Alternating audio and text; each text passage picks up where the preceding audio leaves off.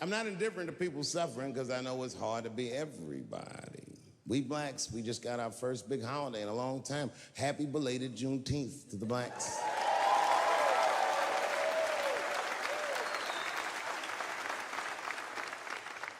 Juneteenth is a strange holiday, isn't it? It commemorates when black people in Texarkana area of the country first found out they were free. But remember, they were free when they found out. They just didn't know it yet. Very, very interesting holiday. You know, I learned something. This is a wild story. I learned this past Juneteenth of a story that's true, and there was a black man who was in South Carolina during slavery who somehow got granted his freedom by his so-called master. And when his master granted him the freedom, he also gave him a plot of land. Now, it turns out this brother was brilliant. He had a good eye, a good knack for farming. And he farmed this plot of land very successfully and made a lot of money. And this is where the story gets crazy. When he got all that money, this nigga bought some slaves. Have you ever heard this before? This is a true story. Not only was he a slave owner, he became a slave breeder and employed tactics that were so cruel, even white slave owners were like, yo, my man. He was a wild dude, but he did it just because that's what successful people did at the time, and he just wanted to be down. What a fucking tragedy. How can a person that went through slavery perpetrate the same evil on a person that looks just like him? It's mind-blowing. And, shockingly, they're making a movie about him. Ironically, it's called Space Juice.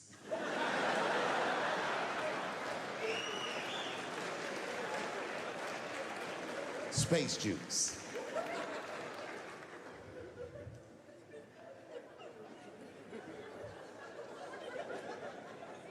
The point of that story is this person was invested in a construct. That was the construct of successful people, and he just followed the roadmap of successful people. He followed what they call an incentive.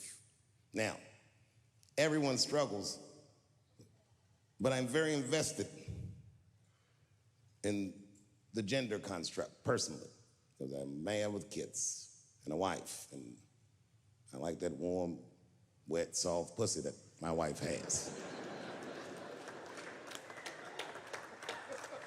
This does not mean that I feel like another point of view can't exist. I was doing a nightclub in Oakland 16 years ago, and this is the first time that the trans community ever got mad at me that I knew about. And I was nobody. I just quit Chappelle's show. It was like a nothing hole-in-the-wall club, and I was doing some transgender jokes in Oakland. It was 16 years ago. My pronoun game was not as nice as it is today. I went too far. I said things like tranny and shit. I didn't know these words were bad. And a woman stood up and just gave me the business. Started screaming at me. And I'm sure it was a woman. But she kept calling me Trip. I just gave security the look like, you know, get that bitch out of here. And I kept it moving.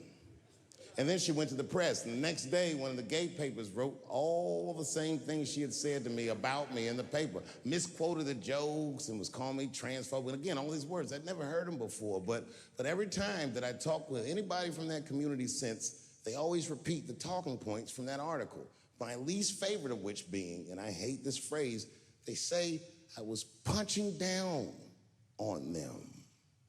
Punching down. What the fuck does that mean? Now fast forward, it's 2019. I'm in a restaurant in Ohio, a very nice restaurant. It's Thanksgiving week.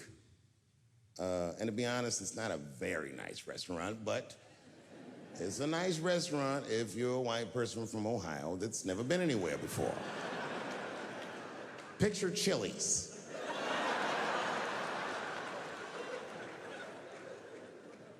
I'm sitting at the bar, I'm having a drink by myself, and the only other person in the bar is a woman, a couple stools down, and she was alone, and she was older, and that made me feel sad because it was the holidays.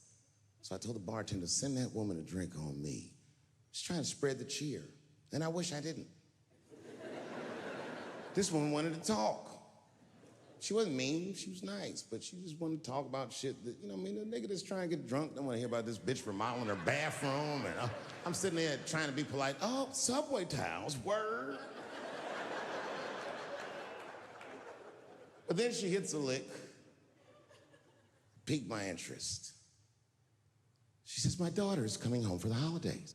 Oh, that's great news. I'm glad you're not gonna be alone. And then she goes on and on about how great her daughter is. I guess her daughter got a new agent, and she's out in Hollywood, she's in movies and on television and all this stuff. And as she's telling me this, I'm thinking, this woman is so sweet. She probably doesn't even know who I am or what I do for a living.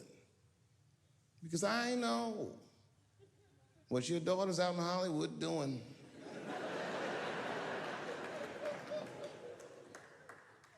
And then she goes, would you like to see her picture? Oh, now I don't want to see this woman's picture, but what am I gonna do? I go, okay, yeah, sure, I'd love to see the picture. And I grab the picture, and this is all I say.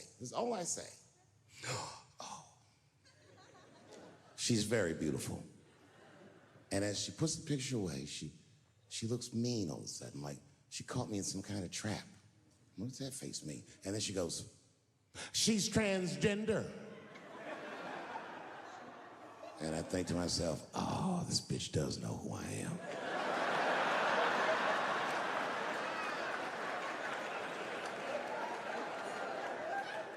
I really resented that trap because that trap doesn't let me be honest. If I was honest, I wouldn't fall for it. I just looked at the picture like, ooh, look at that big chiseled jawline, that big thick Joe Rogan neck. Is that a dude?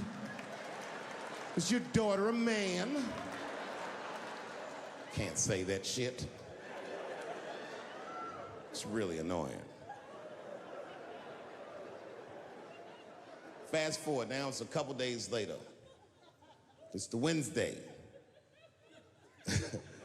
For the Thursday, that's Thanksgiving, and I'm in a totally different bar. And this bar, trust me, it's not a nice place. It's foul. It's one of those bars where the top shelf should be under the sink. This is where the poor whites drink, the tiki torch whites.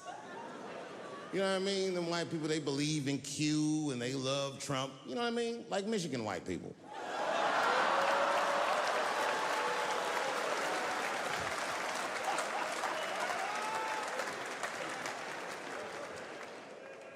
I remember I was at this bar one time. This is that kind of bar it is. I was in there one time, I was fucked up. And I turned around to everybody in the bar, I go, hey, everybody, I'm gonna buy everyone in the bar around the drinks. And all the motherfuckers was like, hoorah!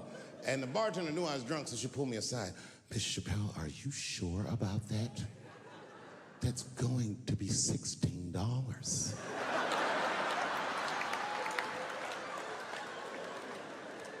Tough time for the whites.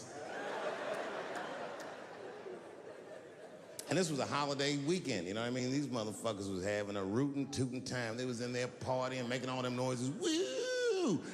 Ow! Yow! You know all them noises white people make before lynching? They was doing all that shit.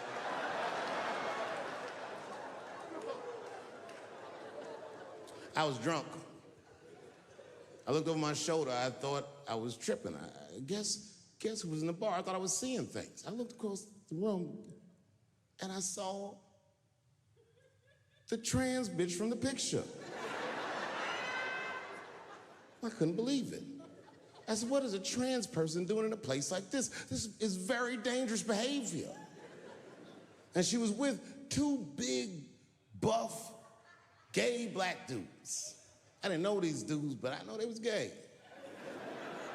If they had a dick in their mouth, they wouldn't look any gayer than they did just sitting there. They had 1980s gay face. You know what that is? Remember in the 80s when gay people looked surprised all the time?